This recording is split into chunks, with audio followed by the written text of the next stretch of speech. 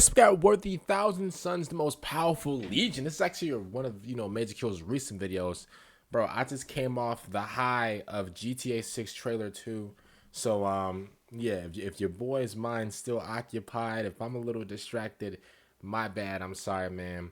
And a lot of you guys, I asked you guys, I was like, yo, what do you guys want to be called? Like, like a channel name or whatever. I'm just call y'all boys. What up, boys? Something like that. But if y'all want to change it, we can if y'all want. But boys, let's get right to the video. G'day guys and gal. GW doesn't really like By the way, man, look what I got here. I don't even know if I can even. Man, hold on. Let me just, cause I'm doing.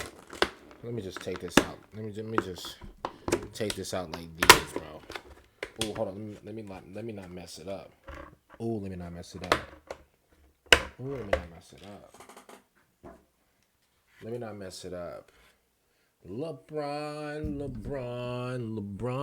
James. LeBron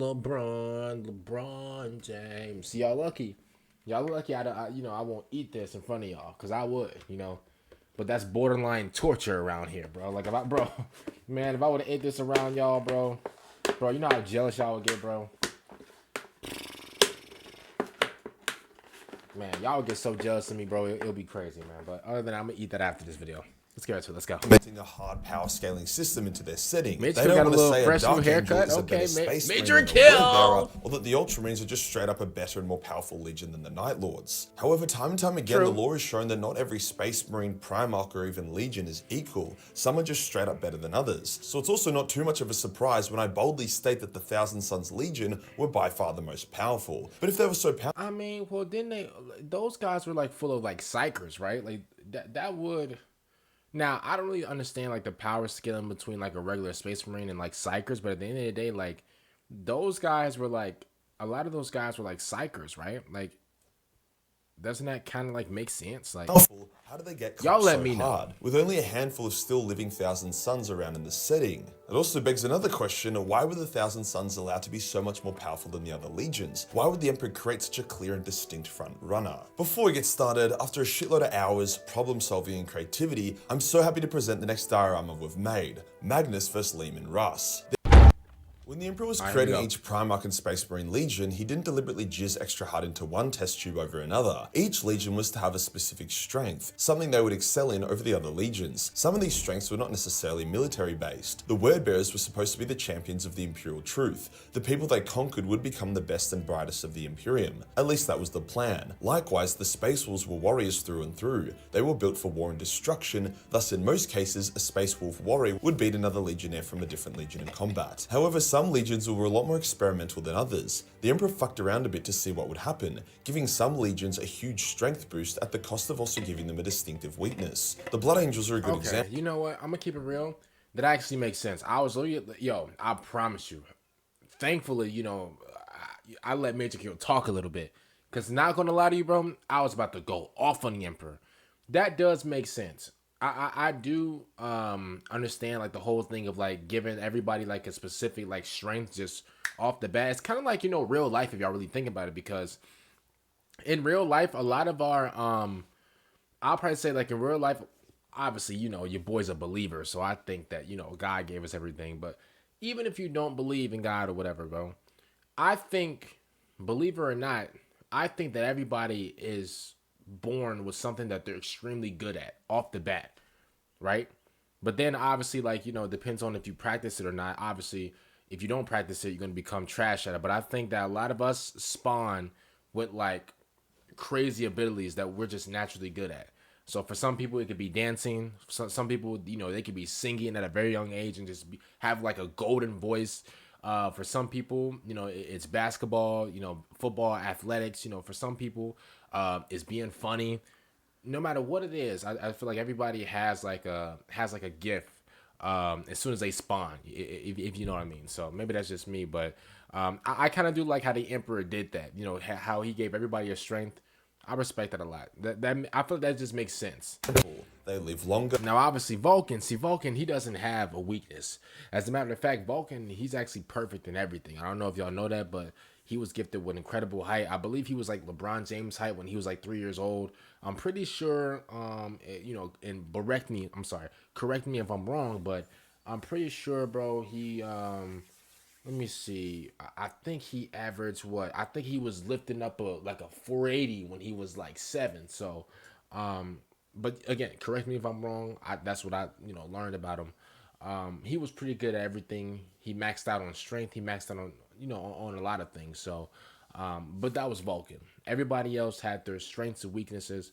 Vulcan never really had any weaknesses, you know, so. And stay more youthful than other Space Marines, they are more psychically connected to their Primarch, and they almost seem to have more finesse and speed than a regular Space Marine. However, they also suffered from the Red Thirst, and upon Sanguinius' death, the Black Rage, two very debilitating conditions. Likewise, the Space Wolves had the Canis Helix, giving them sharper instincts, better hearing, better smell, and their Rune Priests could access a special type of warp power, connected to Fenris, that was very powerful whilst not risking Chaos Corruption. However, some Space Wolves would mutate into Berserker Wolfen, whilst others would occasionally become feral and attack their own allies. Hey, by the way, y'all, keep it real for the one time. Which one do you guys got? You guys got the 100 men or you guys got the gorilla? Me personally, bro, I think 100 men will take out one gorilla, bro. I'm sorry. 100 men, bro? 101 of us? Come on, bro. Hey, yo, not gonna lie to you, bro. Bro, like half of a Vulcan can take out a gorilla. You get what I'm saying? And I just feel like, you know, 100 men, they barely even like equate to like Vulcan. You get what I'm saying? I feel like for us, I think 100 of us, like I think 100 of my supporters, bro, can knock out a gorilla, bro. I think we got it. Not gonna lie to you, bro. We just gotta put, you know, even without weapons, I think we can still knock him out, bro. We just gotta put our noodles together. You know, that's all. Obviously did not want 20 legions full of experimental fucked up Space Marines, so only really experimented with 3 legions, focusing on ensuring the other 17 had pure, reliable gene seed. I say 3 legions were experiments, since the Thousand Sons were by far the most experimental, an experiment that went poorly. The Emperor hypercharged this legion's sensitivity to the warp and actively sought out Psykers on Terra to join its ranks and become the first of the Thousand Sons. It was to be a legion of wizards. Now the tabletop might not represent it super well, but in lore, Space Marine Psykers are so fucking overpowered. There is obviously, bro, a Space Marine Psyker. I think we don't like, you know, learn too much about these guys, bro. But I'm pretty sure like we learned a little bit about Space Marine Psykers. But bro, a Space Marine Psyker, bro. Think about that, bro. Somebody who's already cracked out for being a Space Marine, and then they got the Psyker powers with it. Are you serious, bro? That's a nasty, just demonic, like, combo right there, bro. Truly. see a scale to things, but they can literally solo enemy squads of Astartes, turning them inside out, frying them within their own armor, freezing them. They are like a one-man army to a point where the only way to counter an enemy Space Marine we've seen this guy is before, to have your own Space Marine wizard, or a blank, or a custodian, as they don't seem to be too bothered by Psykers. Now imagine a legion of these wizards. Sure, not every Thousand Son was a Psyker, but a shitload of them were, and even the ones that weren't still had a level of latent psychic ability that helped with stuff like reflexes and instincts. With these powers, the Thousand Sons were unstoppable during the Great Crusade. Sure, their gene seed wasn't super stable, thus their recruitment wasn't super fast, but it doesn't matter when you have scores of warriors lobbing fireballs and shooting lightning out of their dickholes. They could challenge and defeat enemies that other legions straight up could not. See, Space Marines and even Primarchs already struggled against warp-based enemies. The warp wasn't very well understood during the Great Crusade, so many of the great threats encountered were based on the warp. Other legions had to bust their balls and clutch wins against these types of foes. The Thousand Sons just obliterated them like it was a Tuesday. However, here is the catch, and where an interesting issue materializes. The Thousand Sons had an extremely deep, incurable weakness that even the Emperor did not know how to fix, that being the flesh change. The Emperor had pushed the Thousand Sons' psychic sensitivity too hard, to a point where now Tzeentch had access to the mind, bodies, and spirits of that legion. Tough. It's unclear if Tzeentch introduced the flesh change to the legion or merely accelerated it. However, all Thousand Son Psykers were prone to turning into Chaos Spawn, either very slowly, molecule by molecule, as they used their psychic powers, or they would be all good, but then due to an excessive use of their power in a short period or just bad luck, their body would erupt with mutation and they would very quickly transform. Oh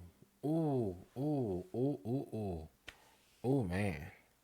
Yo, imagine waking up and you look like that. Oh my. Got a lot of M's on my mind and my friends. Yeah, I see my friends all denying I'm in love like you were when I'm in a dance. Man, bro, imagine, bro. He looks like a bro, I don't even want to say it, bro. Like, he got like, he got tongue. He got whips as tongues. Like, man, kinky. I can already tell he down bad, bro. He'll do it, yo. He'll do it for the vine. No lie. Sometimes they lost their minds during the transformation, other times they didn't, but probably wish they did. Yo, what's with like these damn like creatures that got mouths and stomachs? Yo, what do we, huh? Either way, this was a huge problem for the Legion, with afflicted legionnaires being put into stasis or culled. Magnus even travelled to the warp and sacrificed his eye in an attempt to stop the change, which worked, at least temporarily, but only because Tzeentch let it work in order to stoke Magnus's arrogance and make him think he could achieve whatever he wanted to. You gave up your eye, bro, for nothing. You over, bro, hey, you walking around like these. You walking around like these. Gave up your eye for nothing, bro. Down bad.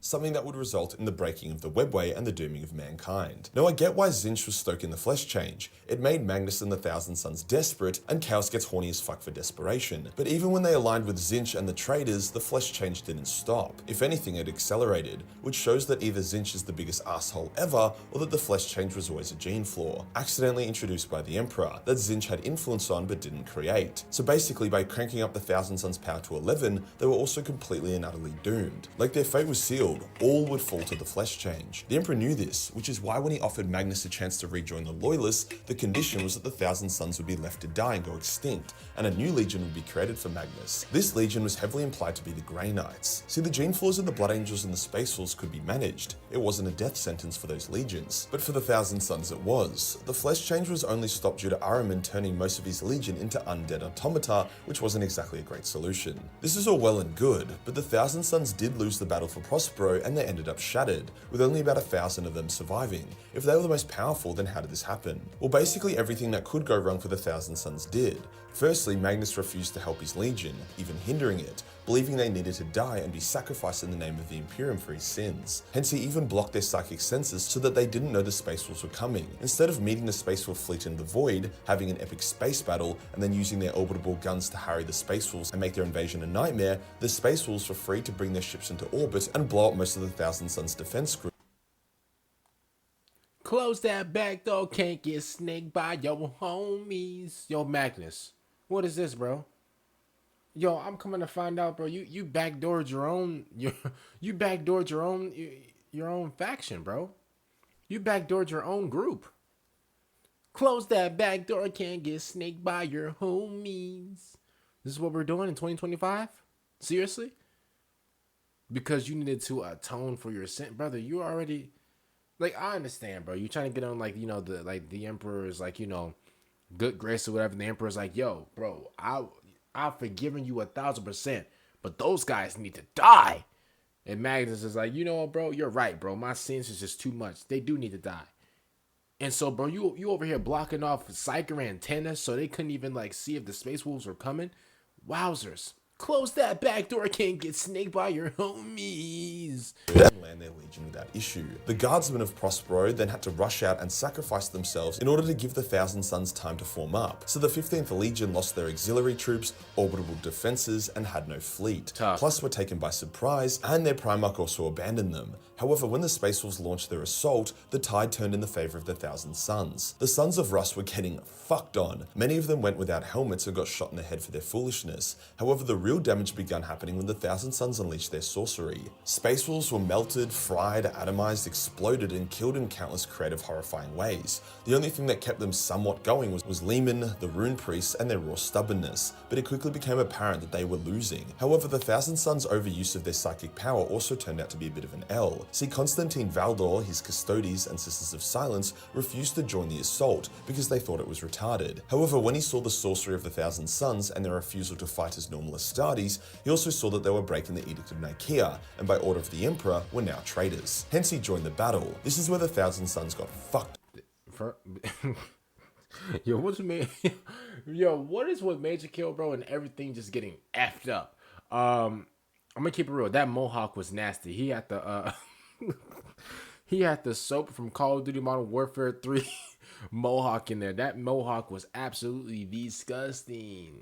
The Sisters of Silence were now blanking out most of the battlefield, removing the Thousand Sons' ability to use their powers. This also gave the Thousand Sons massive headaches and lethargy, as blankness fucks Psykers up. Hence they were sitting ducks to be torn to shreds by the Custodes and Space Wolves. Valdor personally slew some of the finest warriors in the Thousand Sons legions, warriors who could have turned the tide, and even killed their 100-strong mega elite blade masters. Without their psychic powers, the Thousand Sons were being slaughtered. By the time Magnus came to the battlefield, it was too late to win, and he was nearly immediately engaged by Guilliman, who had anti-psyker abilities himself as well as his 2 wolves. So it took the Thousand Sons getting ambushed, not having their Primarch, not having their fleet, losing their auxiliary and orbital defenses, and they were still going to beat the Space. Too late. Too late. Bro thought about it. He was like, you know what, man? Yeah, bro, get rid of him. Kill him. Then he tried to come back and save him. Too late, bro. Yo, Magnus, it's like you don't know what you want, bro. Like, what's going on? I understand, bro. Like, a lot of us humans go through that. You know, we're very indecisive. You know, some days we know what we want. Some other days we don't know what we want. Like, you know, I understand that. But at the end of the day, man, yo, Magnus, what's going on, bro? Like, do you not want to atone for your sins? Do you not want to, you know, give these guys up, bro, for a bar of soap and a pack of Snickers? Like, bro, what do you want to do? Like, what's going on? It was only the Sisters of Silence and Custodian Guard led by Valdor that allowed them to be defeated. Close that back door, can't get sneaked by your homie. Price. Not to mention, Tzeentch decided it would be funny if the Thousand Sons tutelaries, which were like these little spirits that acted as pets to the Thousand Sons, suddenly went rogue and attacked their masters, causing many Thousand Sons to overload and explode or fall to the flesh change. Every way they could get fucked, they got fucked. These days, the Thousand Sons aren't much of a major threat due to their incredibly low numbers and their selfish pursuits. Yeah, they fell off. Yeah, they fell off instantaneously. They fell off. I thought the 1,000 Sons were, bro. If you played Space Marine 2, y'all know what I'm talking about, bro. I thought the 1,000 Sons were absolutely diabolical because they were in the Space Marine 2 game. I don't know if y'all know that, y'all. Bro, I thought they were them. Bro, I heard in the books, in the lore, bro, they down bad, bro. They very rarely team up with the other traitor legions and focus mostly on gaining knowledge or fucking over the Space Wolves. They lose pretty much every battle they are involved in, getting beaten by Guilliman, the Eldar, Titus, and the Space Wolves in recent lore. Magnus recently retook Prospero and is rebuilding it into a safe haven for Psykers. The Big E just put one too many drops of cum in their test tubes, I guess. If you enjoyed the video and you want to... Shout out to our boy Majorkill, man. Yo, Majorkill, I like that fade on you, bro. Bro, y'all, I'm actually trying to get a haircut in probably like, what's today's date? Today's the 6th. I'm probably trying to get a haircut in like 2 weeks. I think right now it's too recent. I kind of want to let the top grow in a little bit. Then in like around 2 weeks, I get like a little fade or whatever. Y'all know, hey, I love getting a haircut, man. Other than that, man, comment down below. What do you guys actually think about this one? Bro, I'm going to be honest with you. I'm actually really excited for Space Marine 3. I actually want them to put like Primarchs in the game. I don't know if they can do that, but I think that would be pretty cool if they can actually do that. And also, I mean, even though, like, and this is what I'm learning. If I'm wrong, correct me if I'm wrong. But I think Space Marine, like the actual video game, I think that's like a totally different series because obviously, like, Titus isn't, like, he doesn't have lore with, like, G-Thug, right? Like, he doesn't, there's no way. If he does, I'm missing out, and y'all need to let me know. But I think that's like a whole completely like different like storyline. Even though it's all under Warhammer, I think it's like a completely different storyline whenever it comes down to the video games and like the actual lore. That's what I learned because I'm gonna keep it real. I was enjoying Space Marine 2 so much last September and October, y'all, that like when I wanted to like, you know, hop into the lore or whatever for Space Marine, and now now we're here. Ain't that crazy? Like I legit looked up Warhammer lore because I was looking for the Warhammer 40k Space Marine 2 like lore about Titus stuff like that. I was really that interested, and now we're over here learning about Magnus being dumb. But to be fair, I do know a lot more from last September and stuff like that. So whenever the new Space Marine game do come through, I mean I got a lot more knowledge. Other than that, man. I'm ready for that GTA 6. Bro, shout out to all the support. Y'all went absolutely crazy. Definitely my best, highest performing. Actually, no, that's not my highest view video. That's not my highest view video, but like, that's the best performing video I've ever had on this channel, ever. So shout out to y'all, you know, for watching it. I really appreciate it, y'all. Thank y'all so much for always being here, man. And I'm gonna see y'all up in. Can I not say the outro right? Oh my god, I'm gonna see y'all later for next time out. I'm gonna keep that in because I'm human. I'm gonna see. I'm gonna see y'all later for next time out. Peace out.